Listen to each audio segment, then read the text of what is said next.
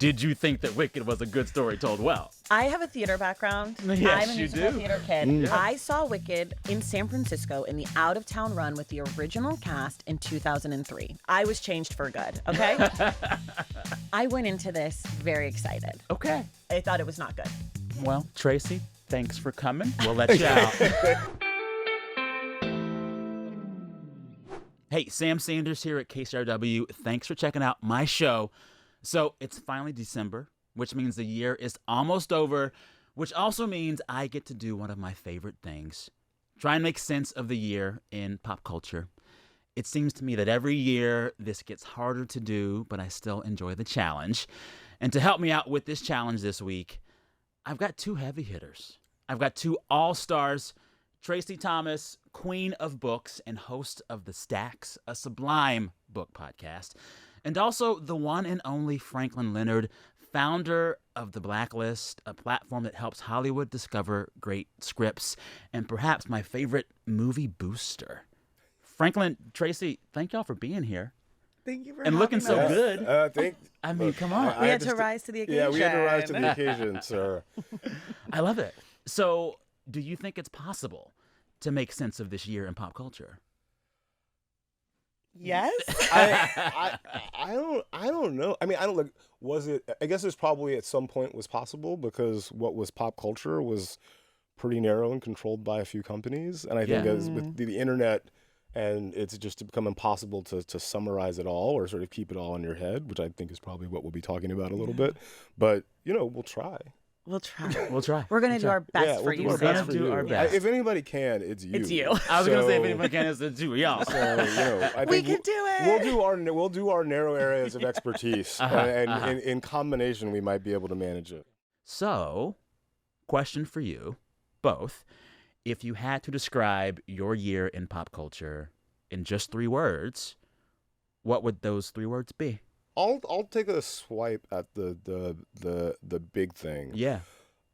Fragmented comes to mind immediately. Okay. There's one. Resilient, but I might just be talking about the film industry. I like that. But I think there's always the whatever is over, and I think that every year there's a reminder that there's new creativity coming into all of these spaces, and the people that are populating it make it what is special, and so.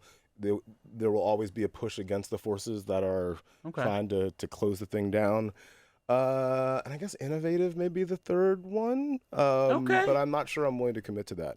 I had another thought on this. Yes. And this just might be because Kendrick's on my mind all the time. Yeah. And that is Not Like Us, if I was going to take a shot at Go 3 words. there. Yes. And I think some of that comes from the sort of increasingly fragmented landscape politically, culturally, and socially that is driven by an identitarian impulse and we're part of this group and you're not part of this group. I think about it in the context of the country music thing and Shabuzi and Beyonce. I think about it in the context of the Kendrick and Drake beef. I think about it in the context of just fandom in general. The tribalism. Yeah, there's a tribalism that's happening and Not Like Us, it's the anthem of the year, and so it's a cheat to just choose those 3 words. He's smart. Okay. So this is going to be for your audience a very clear example of the difference between us because my gut instinct was OV-ho. By the way, that works too. Now tell people where OV-ho comes from. That comes from Not Like Us. But that's one word though, I feel like. No, it is O-V okay, and then fair aggressively ho. For those who weren't following this is one of the slurs that Kendrick threw against Drake this year, and they all stuck. Yeah. Gosh, they all The stuck. other option would be beef. There was a lot of fighting going on this year. There Obviously, was. That's a good one. Kendrick and Drake. Yes. But also, I think the Beyonce stuff was definitely she was in a battle for her She life wasn't fighting against nobody. She was. She was above it. They were squabbing around her, but she was like, "Here's the album, take it." But that was a punch. She threw the first punch. Yeah. She might not have been in the muck, but she was ready to fight. Okay. I think. Yeah. So I definitely think beef was pretty big this year. Okay. For me, I think there was a lot of cringe pop culture. Like? A lot of stuff where I'm just like, this is embarrassing. Like people doing demure every day. That is very cringe to me. Just what I'm seeing, the way people are people look, people weeping at Wicked is cringe to me. Like a lot of stuff where I'm just like, oh, okay, well, that's sort of embarrassing. Yeah. I mean, also Drake's lawsuit is very cringe to me. Like a lot of cringe moments. Okay, I get that. And then I think maybe the last word would be like, I was thinking along the lines of fragmentary, like that it felt very like siloed. Like you could have a full, rich pop culture experience this year with a piece of work and then go to your friends and they would be like, what is that? Oh, all Disclaimer? year. What is that? All year, TikTok would show me something and they'd be like, who's this new upstart? Right. Then I go to their page, they have 7 million followers. Yes. Yeah. And I'm like, And they got brand deals and they got a show on Roku. yes. And I'm like, I don't know who you are. Yes. So No. that's it. But I don't know who you are. And then people know. That's the weird Yeah. thing. Like, I would go to my followers and be like, have you ever heard of XYZ? And they'd be like, yes, Yeah. it's my favorite. And I was like, never even occurred to me. Yeah. So I think I'm going to go beef, cringe, siloed. Okay. Shall we get into some of the big Let's stories get of the into year? it. And I want to start with a thing I love that really shows how pop culture and monoculture can get it right in the year 2024 of our Lord. I think Traci might not be as big a fan, but we'll see. I don't know how you feel about it, but I will say what really defined this year of pop culture for me was Glicked or Wicked or whatever the hell happened there. The success of Wicked, also Gladiator, like really showed how like the movies are still there. They still matter. And a press campaign like Wicked's can actually command all of our attention and create a brief moment that feels a little bit monoculture, which I liked. So, I mean, for me, it was like Wicked was like my year. It like defined my year of pop culture. Really? Thoughts? Okay. I know. Bold take. So I'm with you that I think okay, so I think this is tied to this conversation about politics. I won't say the name, but I think it's tied to it. This idea that we're told one thing is happening, but the experience is different. Like we were told all year how horrible the economy was, how expensive eggs or whatever is. And then we find out after Thanksgiving, it was the most Biggest Black Friday traveled- ever. Biggest Black Friday, biggest travel day. The money is actually there for people. I mean, people are hurting for sure, don't get me wrong. But this idea that America is destitute right now is just not what we were told. Same with movies. We were told movies are done. over. It's done for movies. Yep. But let's not forget Challenger was this year. And that was huge. And that press tour and all those little tennis dresses. And also, it's been 3 years of mega blockbusters. The new Top Gun, and then Barbie and Oppenheimer, and now Wicked. Yeah. It's been 3 years of films kind of like cleaning up. Well, I think it goes even deeper than that. I mean, look, the box office is still off from the 2019, like pre-pandemic, but it's coming back, and there are lots of reasons for optimism. I mean, Inside Out 2, I believe, is the largest globally, the largest box office of an animated film ever. Really? Deadpool versus Wolverine. I don't want to Whatever see you think of the movie, though, highest see box office for an R-rated film ever. Really? This past weekend, Thanksgiving weekend, between Wicked, Gladiator 2, and Moana, largest Thanksgiving box office ever. Yeah. And so I think that, look, we've been told that the film industry was over for a very long time, that tech had replaced it, and it's just not true. Yeah. And I think, what we're going to see over the next several years is a continued resurgence of the box office and an eventual eclipsing of those 2019 numbers. But I'm optimistic. I mean, look, I think this is sort of to your point. It doesn't mean that there are not real downward pressures on the situation, right? There are layoffs happening at media companies everywhere. You've got Warner Brothers Discovery shelving completed movies to save money on taxes, right? That is crazy. a crime and a sin. Yeah. Oh my goodness. It's weird behavior.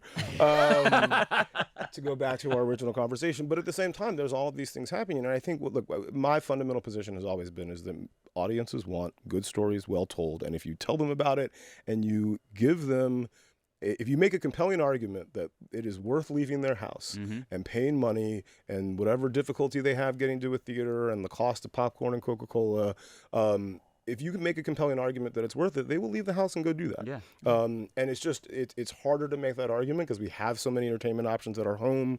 We've got the, 80-inch TVs that we bought for $500 on Black Friday sales.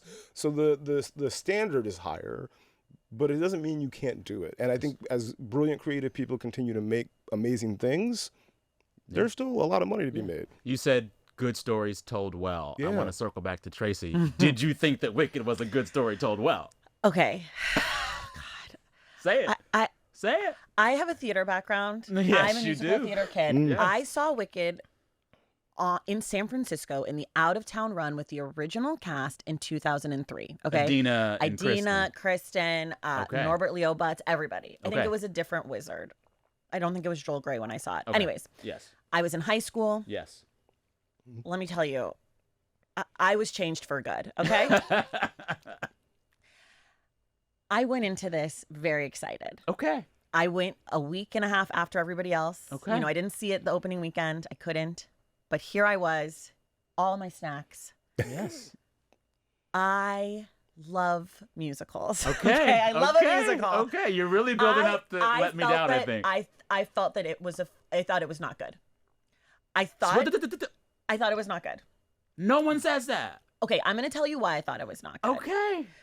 First, my biggest gripe with it, I have a lot of small gripes, which I can move off of, but my biggest gripe with it is that in a musical, the song is supposed to function as the most heightened moment of emotion. So you do the scene, you get to the song. The song continues the story and builds the character's emotional moment. Okay, that's what it is supposed to do. I felt like John Chu and the people who were behind the movie thought, we need to explain the song. We need to do the work of the songs in the scene and then just tack the song onto the end of the scene. So you had these huge buildups where characters were saying what they would then go on to show you in the song. So for example, in Popular, Oh, yeah. there's that whole lead up scene where it's like, tell me a secret, blah, blah, blah. And they're bonding. And you're like, oh, they are now coming together. They're going to be bestie girlies. Yes.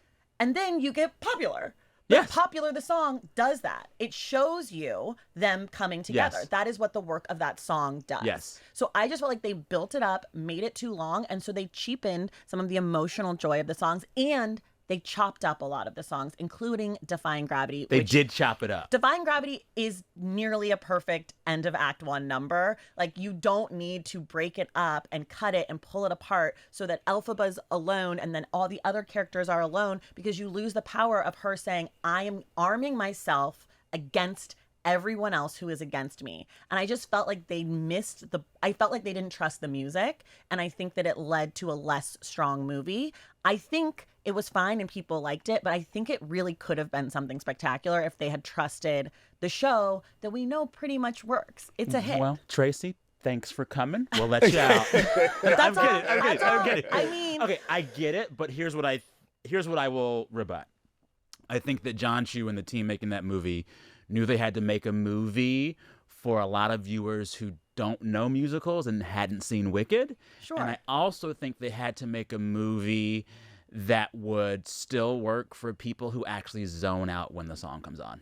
I think a lot of times when I am listening to a musical or watching a musical, there's sometimes where, like, as soon as the song starts, I no longer hear the words or the lyrics. I just hear the melody and I float with that. So I get why someone like John Chu would say, let's have some dialogue to explain it before the song. Right. But you're right. It breaks the flow if you are used to the musical flow. I also just think, like, then just make it a movie. Don't make it a musical. Now, who wants to go see Wicked without music? Exactly. Well, I mean, but also you're basically saying who wants to see it without music, but who wants to see it with the music doing its job? Yeah. No, I hear you. I hear you. I have not seen it yet, which I'm. You got to go too. I do. Now you have to leave. This is I a house do. of Greene. Okay, I Sam's do, gonna do a and I monologue will- like, "Hey guys, it's me, Sam Sanders." Here's what I'd say. One is it's interesting because most people I know that have seen it love it, I know. and the vast I've seen it majority twice. and the vast majority of those people are not, as a friend of mine described, the musical theater girlies, right? Yes. And the only critiques that I've really heard about the film, the negative things that I've heard, are from people who are hardcore musical theater fans and Wicked fans specifically. And I suspect that what's happening on some level is, if you are a devout fan of the original text, the new version of it, you're gonna have notes, and that seems inevitable. Yes.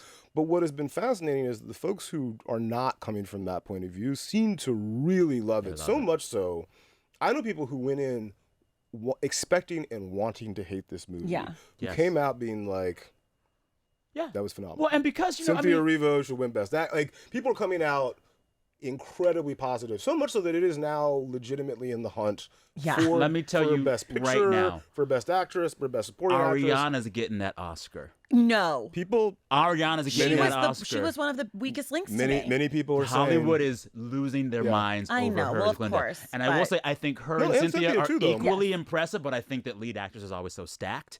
And I think the Academy might think that they can give it to Cynthia for part 2. Can I just Well, make that- the argument for yes. Cynthia though here? Oh, not we're not team for her. Cynthia, The reason yes. that I think she's also not going to probably get it or like be received in the same way is because I think they butchered Defying Gravity. I think if they had chopped let it up. her have that moment of that real powerful ending that song calls for, I think she gets it because she gets to have. It's not about other people. It's about her. Yes. I gotta She see needs this to earn because it. everybody that I have talked to that has seen it is just like, Defying Gravity. I was in puddles. I was in the theater app. People There's all the love videos that like before Wicked, after I Wicked. know. I'm weeping, I'm That's sobbing, my I'm crying. cringe. That's my also- cringe for the year. I I'm like, want to what give. are you doing? I want to give one shout out to Danielle Pinnock, who had the sort of after watching Wicked video. Oh, yes. Best marketing I've seen for a movie this year. That was the thing that made me say like, oh yeah, I got to go see this movie. Yeah. But no, it's interesting. I want because you to see it so bad because I want to know what you think of it visually as well. I suspect I'm going to fall in the fan camp if I had to guess, just based on. But again, because I'm not a musical theater person, Yeah. I had never seen the show performed live. But no, look, I was shocked when the conversation around the awards for that movie Yeah. flipped on opening weekend. Oh, yeah. All of a sudden, people were like, no. The nominations are foregone conclusions, and we could actually be talking about multiple wins. I assumed that what would happen was, well, it's the first installment. Let's see how the second one goes, and that's when the awards will come. I'm gonna the tell you Return what of the I King think. phenomenon. Because I remember that Honora was a front runner early on, and I like Honora, but I think it was a front runner because this is actually a slim, thin year for awards movies, given the strike.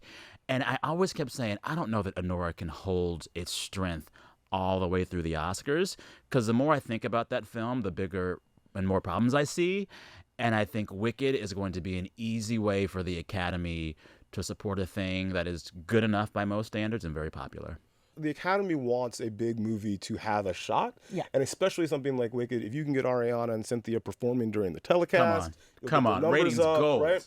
But I reject the premise that it's a weak year in film. I feel like Okay. everybody feels like that coming into August, September. But when you look back at the end of the year, there are a bunch of incredible films this year. There's Honora, there's Sing Sing, there's The Brutalist, there's Nickel Boys. There's a lot of incredible, ambitious film that was made outside of the studio system by and large. I will say my favorite one was Strange Darling.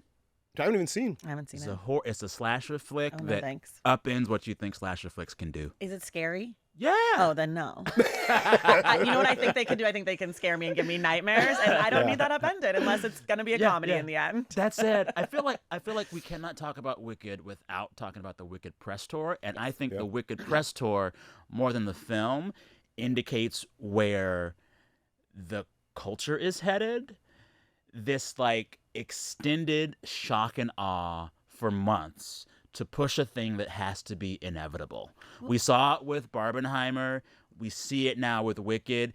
Is this just the way it's going to be going forward? Every year there's a thing that we can't escape for 6 months, and it's just in us. Well, okay, so this is some of my stuff with Wicked. Yeah. And I feel the same way as I did with Barbie, Yeah. though I ended up feeling differently about Oppenheimer, which is that these press tours and the matchy outfits, and happened with Challenger too. It's like you feel like you have to like the thing because you've invested so much time. And I feel like we might see in a year people talking about Wicked in the same way that people sort of turned on Barbie after the opening few weekends, where people were like, Barbie's the greatest thing. It's this feminist masterpiece. And now people are like, maybe it wasn't. And my sense is that we invest so much in rooting for these things and then the whole press tour that we feel like we have to like it. Yeah. Unless it's abysmal and we can absolutely hate it. I will say by the time that Wicked opened, the press tour had gone on so long and had become so, dare I say, obnoxious, it made me think I was going to dislike the film. Like, there was a certain point where it was like, Cynthia Erivo is singing Defying Gravity in Target, and Ariana cannot stop holding her finger, and they're always about to cry, and like That everywhere Holding I Space interview looked, was not their fault. it wasn't, and it was actually chopped up and screwed up in post edit. But I Just like Defying Gravity. Hey. But I will say that like there's a fine line on a press tour like that works, and a press tour like that is just so overbearing it turns me off. You know? I think the danger is that if the movie doesn't deliver, then you become an object of derision for the entire culture, right? Like Yes. you're putting yourself, and again, I talked a little bit before, like you got to give people a compelling value proposition to leave their house, and one of the ways to do that is a shock and awe marketing campaign, and the risk that you run is you convince everybody and their mom to go see the movie, and it's bad, and they don't respond, and then you are the joke, right? And then you are the joke for a very long time. I actually don't think that we're going to find that with Wicked because the press tour will start again around the same time for the next one. I can't do it again. I'm going to go see it. It's already started, I feel. But this is that's the danger is that if you're on top of the mountain for too long and too visibly, you become people are going to look to knock you off. I always wonder, as a kid of the 90s who grew up with the sitcoms we all watched and talked about at the water cooler the next day, does the success of Wicked mean good things for my idea of the monoculture, which I always think is escaping us? I want to tell you something because I love you. Tell me. We might have to do a funeral for your monoculture train. But I like it. I know, I like it too, but babe, I like it. it's gone. I love it when everyone's talking about the same thing. I do too. I miss it and I love it, but I think it's going to be more like fragmentary. We're going to get it in fits and starts for certain things. Yeah. But even still, at my Thanksgiving dinner, at my house, a person who loves musicals, I said something about Wicked, and one of my guests goes, "What's that?" Are you And I was like- serious? Okay, and I but said, "You can leave." No. Yeah, well, I got. My mom barely knew about it either. She thought it was But I just. like your mom. My mom thought it was Wicked at the Pantages because it's also in town. She's like, "Oh, you're going to see Wicked tomorrow?" You tell your mom I next time know. I see her. Yeah. We got some words. Yeah. Yeah, my I'm goodness. genuinely fascinated by her media diet because how would you have avoided the press That's tour? what I said. I mean, this wasn't the person who said "What is Wicked" was not my mom, but They had Cynthia singing Defying Gravity in Target. I guess this How did you person escape this? Not a Target shopper. Maybe they're an online shopper. I don't know. But I think there is a monoculture. I just think who does define the monoculture has changed. There's still moments, right? When Beyonce drops, that's still a moment of the monoculture. The Taylor Swift tour is still the monoculture. I just think that it's less defined by a corporation saying, okay, this is the thing everybody's going to pay attention to. Corporations can try, but they still have to earn it. Yeah. And you can just as easily be a sort of defining feature of the monoculture just by being good or by being a thing that people want to talk about. Yeah. So I'm depending on how we want to define monoculture, like the idea that there will ever be a time when everybody's sort of off in their silos, I just don't think will ever exist because I think there is a human impulse to like have a subject of conversation. I just think that where it's being talked about is increasingly the internet and not necessarily the water cooler because a lot of us aren't going to work every day. But also like the means by which someone becomes the focus of the cultural conversation has changed dramatically. It has. And that's a good thing, I think. It is. It's more power to the audience than the people that are making the things. I'm so glad you brought that up because the thing I wanted us to talk about was in this year of these pops of monoculture, there also was the surprising rise of Charli XCX, who has defined herself as a niche artist and been in interviews talking about that.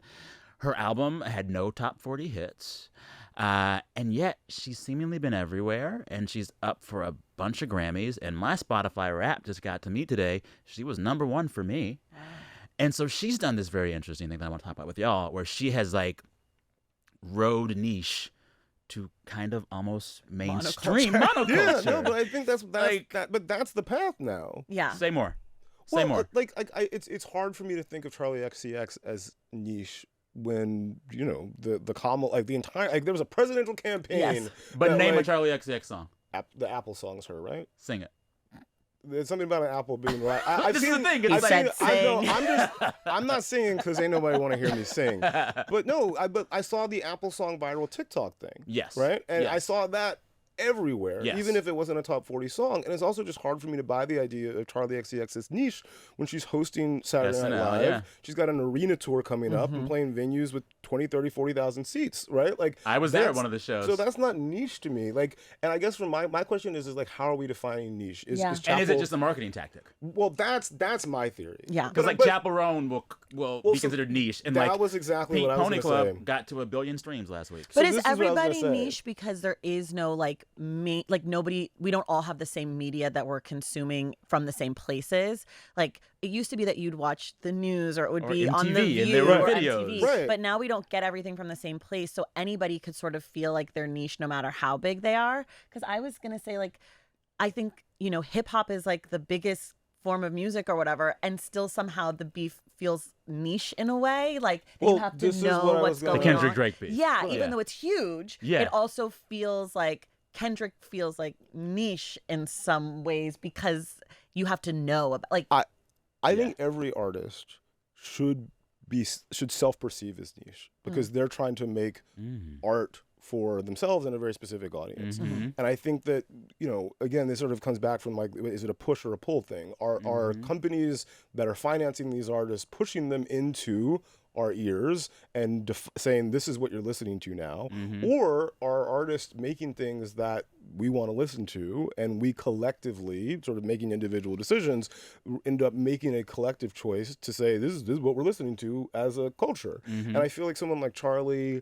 Chappell Roan, absolutely, I understand why they perceive themselves as niche artists, but I don't think you can claim that when you're doing an arena tour, right? Yeah. And like, where's the line? Is Kendrick niche? Like, and also on some definition, sure, but I come also on. think like Yeah. there's something about the communities from which these artists come from, whether it's Yes. like queer communities or black right. communities. we also- conflate queerness with niche. niche. We conflate blackness with Right. niche, and you're just saying not white, White not people straight. don't like me, or straight people, or cis people. What we're saying whatever. is not Taylor Swift Yes. on some level. Bam. No, with no disrespect Okay. to Taylor Swift, right? Well. But like, no. But I What, No. girl, No, you but are I'm you just are kidding. digging holes today. I know. Don't like no, Taylor. Don't like Wicked. I love Taylor Swift. She's my favorite.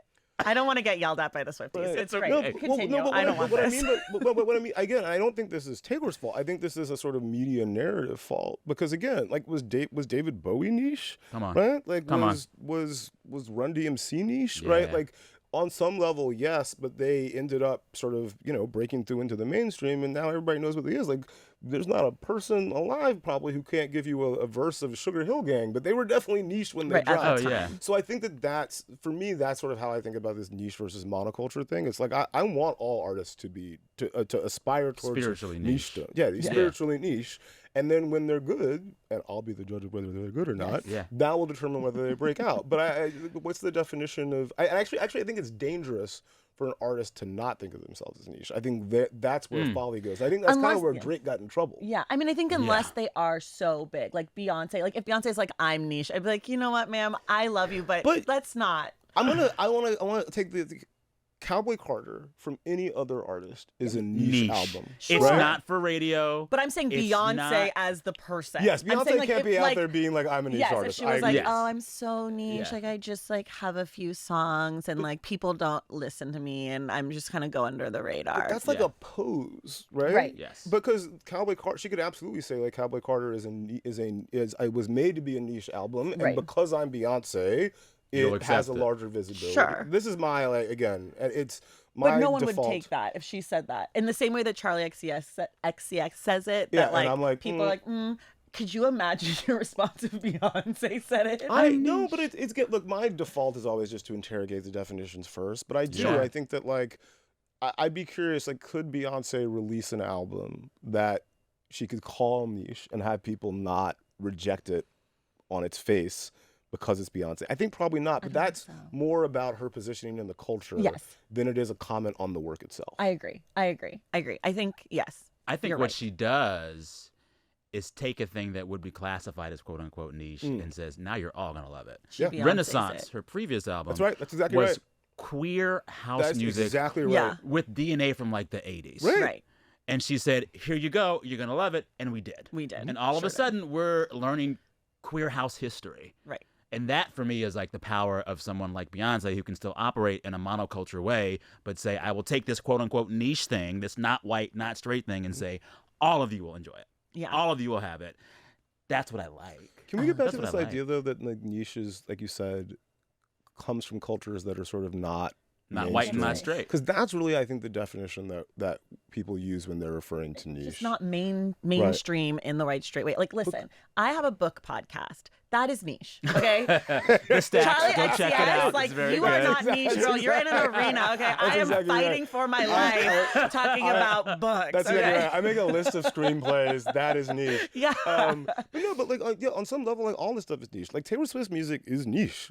Like really, she's making sort of, pop country stuff targeted at young women. Now, has it expanded into an audience that's much larger, and has she sort of used that to create a commercially viable business? Absolutely. But like that music wasn't made for you and me. That music wasn't made for the vast majority of the population. Definitionally, it's niche, even if we assume because it's young white, pretty girl music.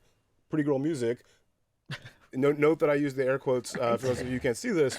But we'd say that it's not niche. Yeah. But that's more a reflection of sort of our weird culture than it is the music or the artists themselves. Although, sidebar, Taylor Swift's Clean was written just for me. Fair. That was written just for me. I think, like, I do think we need to define niche, because I now feel like what we're talking about is audience and artist's relationship to an audience. And something that I do talk about on my very niche podcast to authors about is who is their audience. And one of the things I always discover is whenever an author says, I wrote my book for everybody. Yep. No, you didn't. It's an instant. I can instantly know when that answer is coming, because I could have told you that when I read the book, right? Like you can tell when an artist makes it is worse in or better? specific worse. Okay. When they don't have a specific person or kind of person, or sometimes they'll say, I wrote it for like a younger version of myself, this kid who XYZ, and you're like, right, I see that because I saw the intentionality behind the way you create the art. So to your point, if that's sort of how we're thinking about it, this really specific kind of artist who's creating their work for an audience, whether it's young pretty white girls or whatever, when they do that, it hits. And to your point, that is where Drake fell off. Right. Drake used to have an idea of who he was and what he wanted to be. And then he got famous and he said, my music's for everybody. I'm the greatest of all time, right? And then all of a sudden it's like, ooh, the art gets wonky. Yes. And Beyonce has stuck to having a point of view about her art, having a perspective. It gets more specific. The longer she does it. And that's what makes it better. She's actually stopped making pop songs. She's making these really deeply historic Black and queer songs. That's right. Yeah. That no one else could make. Right. And yet it works. And the specificity. It's like, what can only you do? Yes. And how can only you do it? There you go. So you made a perfect segue to the next topic, because you brought up Kendrick and Drake. Let's get into it. And ironically, it feels like the movie story of the year was two juggernauts of entertainment, Cynthia and Ariana, coming together, literally holding hands for months, crying together to make their film a hit. And the biggest music story this year is like the complete opposite. Two men fighting and fighting and fighting, and only one coming out with the hit. I'm talking about Kendrick and Drake. I was gonna say, was it even a fight? Yeah, it felt Drake like thought it was. It felt like a murder. Drake thought it was. Yeah, it felt more like a murder. I want to talk about this beef and what it meant, and if it means anything big for the industry. I will say, I didn't see it coming, and it took me by complete surprise. Did it surprise you too? In what sense? Yeah, say more. I know that all rappers are jealous of all other rappers, but I didn't know that Kendrick was that mad at Drake. And I didn't know that the entire industry was that mad at Drake. So he's been dropping hints in previous songs. He often would talk about like ghostwriting, which is basically always a dig at Drake, because Drake famously has used ghostwriters. All the boys do that. Kanye did it. I don't think Kendrick does it. And I think that Kendrick takes extreme personal offense to someone being a bigger success it's basically saying you're a phony. Yeah. Like, what's a rapper with a ghostwriter? Like, it's just so that I always picked up on because of. Yeah. I don't know that I knew how much he hated him until they started coming out, but when they started coming out, I figured it out very quickly. Yeah, and like what was so wild to me is like how quickly it moved. Mm-hmm. You left your phone for 3 hours and there was a new diss track. I went to see A Strange Loop in San Francisco, and I went in and I came out and there was like two new songs. It was the night that the Adonis song came out. Yeah. And I was like, this is scary. The one where he's like calling out Drake's whole family, kid and family and mama. Meet the Grams Grams. was You one know. of the darkest. Dark. Man. But I think that was all Kendrick. I think Kendrick has been an artist that for a very long time has valued authenticity explicitly. Yeah. And is really, I think, distinguished. I mean, the man has a Pulitzer. Like, has distinguished himself specifically on the art, the art. Like, I'm in it for those reasons, and I think probably publicly or not defined himself in opposition to Drake in a lot of ways. Who was about pop hits and you know, I'm sampling from this, and I'm going to go to this city and steal this sound and work with these people and do this thing. And I think, you know, there's a I wish a person would element of this. And I think, you know, Drake made the critical error of asking for it. Yes.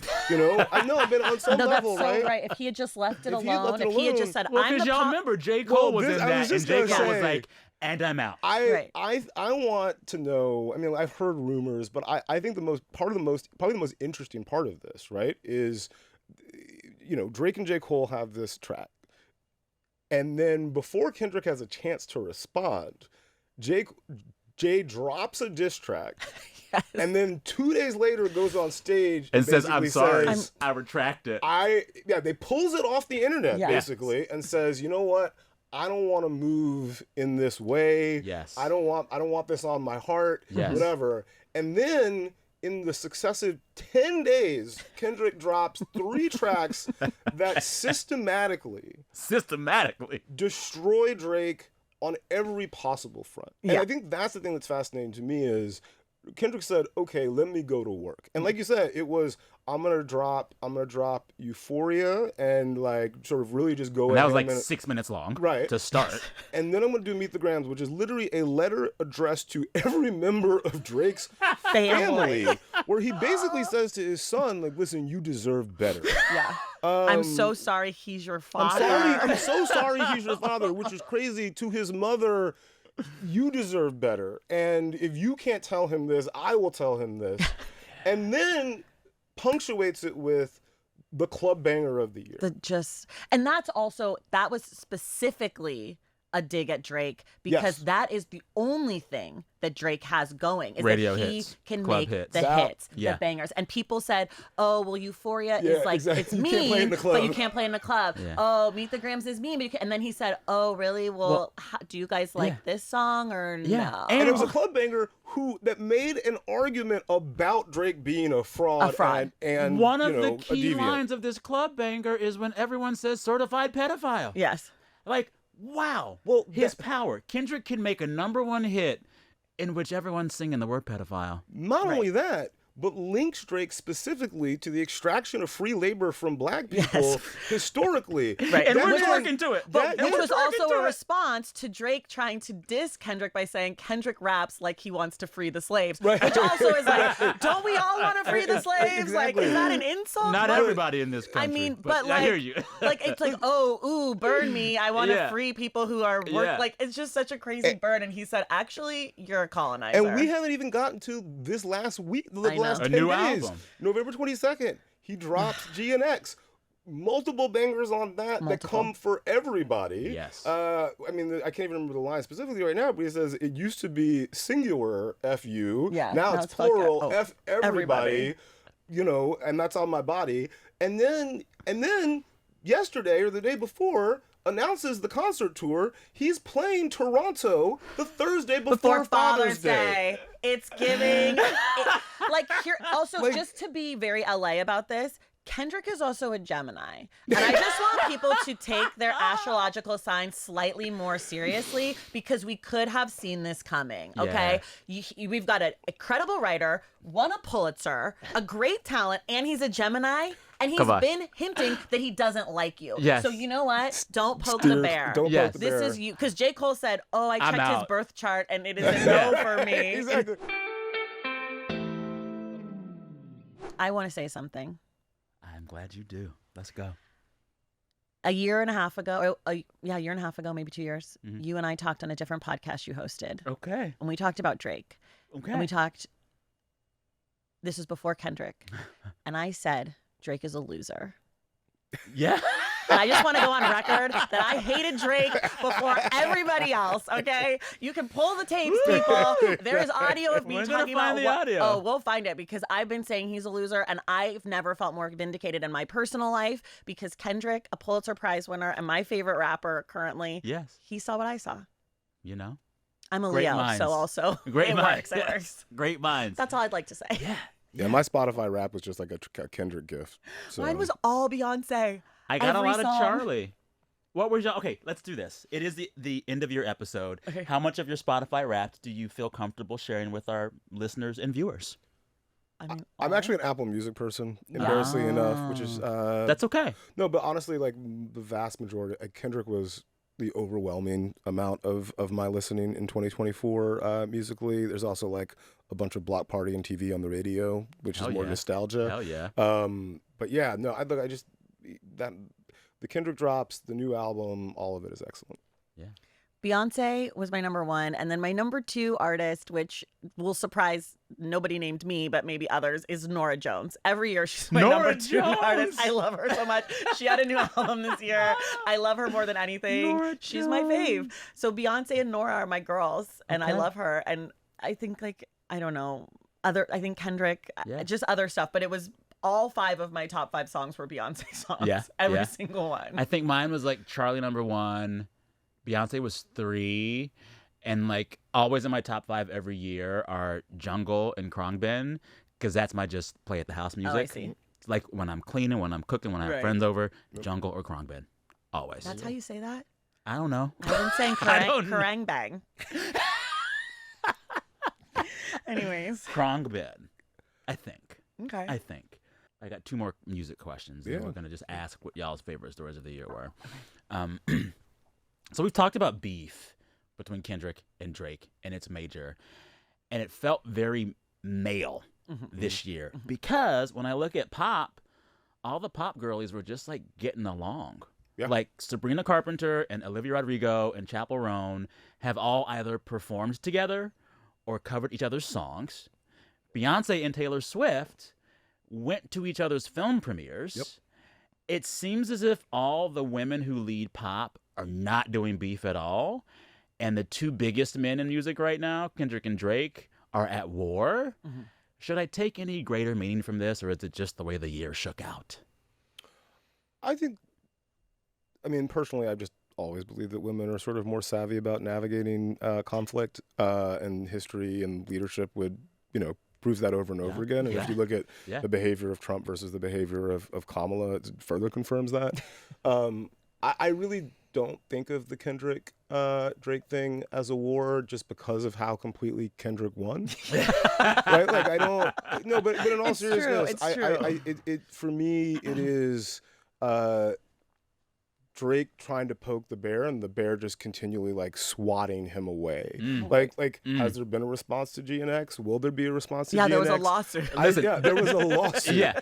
That's And then not- after the lawsuit, Loser. Drake announced that he's going to start an 8-stop Australian tour that begins the day of Kendrick's halftime show. Yeah, he's gotta Literally, get out of town. Kendrick scared Drake out of the country. But not only out of the country, as far away as you could go. He's definitely got to be Meanwhile- asleep when the show happens. He's like, where can I be where I'll definitely need to be asleep during the entire country singing Ovie Ho over and over on stage. Meanwhile, Yeah. Kendrick announces that he's going to Drake's hometown, Yes. playing the biggest venue in the city the Thursday before Father's Day, right? Like it's not a war when one side has, sticks and the other has nuclear weapons. Yeah. And so I don't it doesn't even that doesn't even feel so much as like a conflict as it does one person sort of messing around and the other person, sort of writing a series of treatises. Right.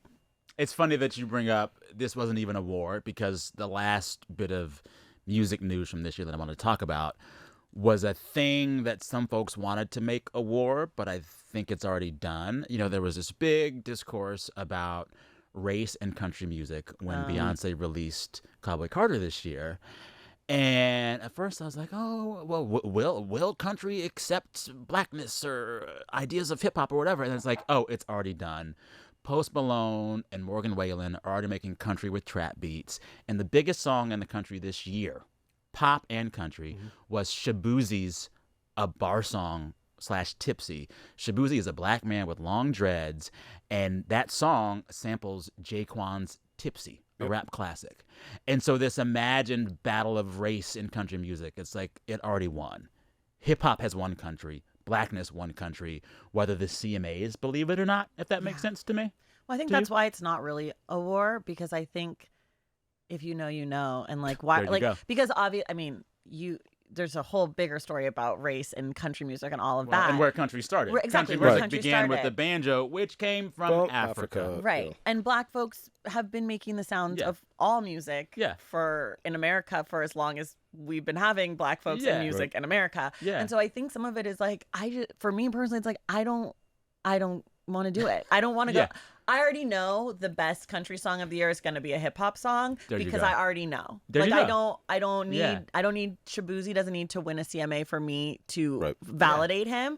On the flip side, I don't really listen to country music, so to me it was never a big thing. I already you see the writing on the wall from jump. Like, there was no chance Beyonce was going to get the thing that we wanted for her. That it's America. You saw what happened in the election. Like, racism is alive and well. And if it's alive and well anywhere, it's going to be in country music, right? Like, it just, similarly to the Kendrick and Drake thing, it sort of felt like it wasn't really a war. It was like the country music people were going to do what they do. And these black folks were either going to get over it or keep talking about it, but it was not ever going to go their way in that regard. But also, it's the biggest song in music. Shaboozie's doing great, I'm sure. 18 weeks at number one. I'm sure his bank account, he's fine. He's not worried about the price of eggs, okay? He is fine. Exactly. Yeah, I want to specifically highlight the person that I know that we're both a fan of, and Traci McMillan Cotton, the best, who's been writing on country music and the racial implications of it for years now. And for anybody that wants to be educated and blown away by somebody with an incredible pen, just read anything Traci writes, but specifically her work on country music and Dolly Parton in particular. Like, I wasn't aware, like you said, country music is black music. It was from the beginning. It was everybody in the country, and I grew up in West Central Georgia, so this is like a particularly sensitive thing to me, making their music. Right? Yes. And the banjo and all these other things, whether Scottish heritage or black heritage, whatever it was, that sort of informed country music. The history of sort of whiteness in country music sort of starts with Nixon and Reagan and this political project. We need a music that is ours and a soundtrack for a sort of political white separatist project, and they embraced country music in the sort of late 70s, early 80s when Reagan was running, and that's sort of how you get country music as white, quote unquote white music. And so of course they're going to reject Shaboozie and Beyonce. You know, it's a little bit like when the Williams sisters start dominating in tennis, or Tiger Woods start dominating in golf. It's like, no. This is supposed to be ours. And how dare you? And the difference between tennis or golf and music is that, like, you can claim some subjectivity around music. There's no debate when Tiger goes to the Masters and wins by 15 strokes, or when, you know, Serena and Venus just like blow people out at a major. All right, well, I guess this is a black sport too now. The fact of the matter is, country music has always been black music. It shouldn't even be news that Beyonce and Shaboozie are functioning and succeeding in quote unquote white music and country music. The question is, will a white establishment that has been artificially set up as an arbiter of that art form recognize the talent of black people, or period, non-white people within it? And we know the history of that in this country. Well, and, you know, even going back before the 70s, when Billboard magazine created the country music charts, it was a whites-only chart. Right, exactly. It was a whites-only chart, and there were black-only charts. So from the very beginning, definitionally, country meant white, right? But we're in this situation now where the CMAs need Shaboozie and Beyonce more than Shaboozie and Beyonce need the Country Music Awards. And this is my question for, like, industries like country. It's like, do they just decrease in relevance, or do they, like, read the tea leaves and say, let's hop on board? I mean, I think, again, you got to look at the history of the U.S. for the guy Yeah. there. I think they have exactly what they need. I don't think I don't think that they need Beyonce. I don't think that Beyonce's going back there anytime soon. And I don't think that they're wanting her back anytime soon. That's right. I think that it's one of the great segregated spaces in American pop culture still is country music. And I think they would probably be happy to not have to deal with this at all. Which is crazy, though, because to this day, the highest rated 15-minute chunk of Country Music Award history was when Beyonce and the Dixie Chicks performed on one of the shows. Well, and that Natalie Maines, she's just really Natalie mainline into my bloodstream. Love her. The Chicks, Come unreal. On. But I think they align themselves with not country music. There you go. Exactly right. They left country. They said Taylor left country. A lot of folks leave country. Yeah, because I think they understand that if they want. Well, I think in the case of the Chicks, it was maybe more moral. They were driven out. But I think that Taylor understands financially that if she stays associated with that, she loses out on a lot of people who don't want to be. And creatively, country music asks women, white women, to perform gender and race in a very narrow way. You know? Anywho. But I think but your point about like the biggest audience ever in their broadcast, you know, what you hear from a lot of these media companies is, we don't care about race. We don't care about gender. We care about green. If it's going to make us money, if it's going to get us audience, we'll do that. And the refusal to embrace the larger audience and the more money indicates that that is a fiction and that they have that there are greater priorities other than just the size of the audience, other than just the amount of money that they can make. And what are those priorities? Yeah. It's the same with movies. We've talked about this before. Movies with black and brown leads, they consistently do well. Right. When they're invested in. And yet we still see this dearth. We know that the people in America who go to the movies the most are Latino people. Who speak Spanish in the home. Yes. On top of that. And how many films do we see made specifically for that audience where you can see themselves on screen? Doesn't happen. Very, very, very few. Still. Anywho, now I'm mad. Me too. Oh, I'm worked up. Write a diss track. Wait, who am I going to write a diss track for? Wait. People who don't like Latino movies. No, people who don't greenlight them. It's going to be a podcast beef. Oh. I'm going to start a podcast beef and war with Rogan. Too easy. And also, he doesn't it's know a who similar I am. dynamic, though. He doesn't know who I am. But yeah, you got to find someone on your level. We'll come back. Who is your podcast beef? We're all podcasters. So who's your podcast beef? I have real podcast beef. Say it. I don't know if I should. Say it. I'll say this. There's a book podcaster who I despise. And people who know me, they know exactly what I'm talking about. She's a fellow twin mom, actually. How long would your diss track be? It's years. It's been going on for years. The list is not. It will never end. It's just me live streaming hatred. Yeah. Okay. Someone else has to say something. And you? I don't have a. Franklin. No. What I will say is that I'm trying to be in my Kendrick era, which is to say, it's not even a beef. Like if I come for you, it's already over. And I'm not, and I'm scared. And as a rule, I'm trying not to invest my energy into anything that is not deserving of it. Okay, that's giving J. Cole. Man. Well, I think it's both. And Okay. if I can vacillate between the two of those things, I think I'll be fine. That's good. I think so too. Just don't like tip that. into Drake ever, because then I hope not. then you'll be a target. What I believe is that I have good enough friends that if I ever tip that direction, someone will pull me aside and say, "Listen." I will. I promise. Yeah. Calm down. And by the way, that is, I think, Drake's other big failure. He has no people in his life that can say, "Listen." Yeah.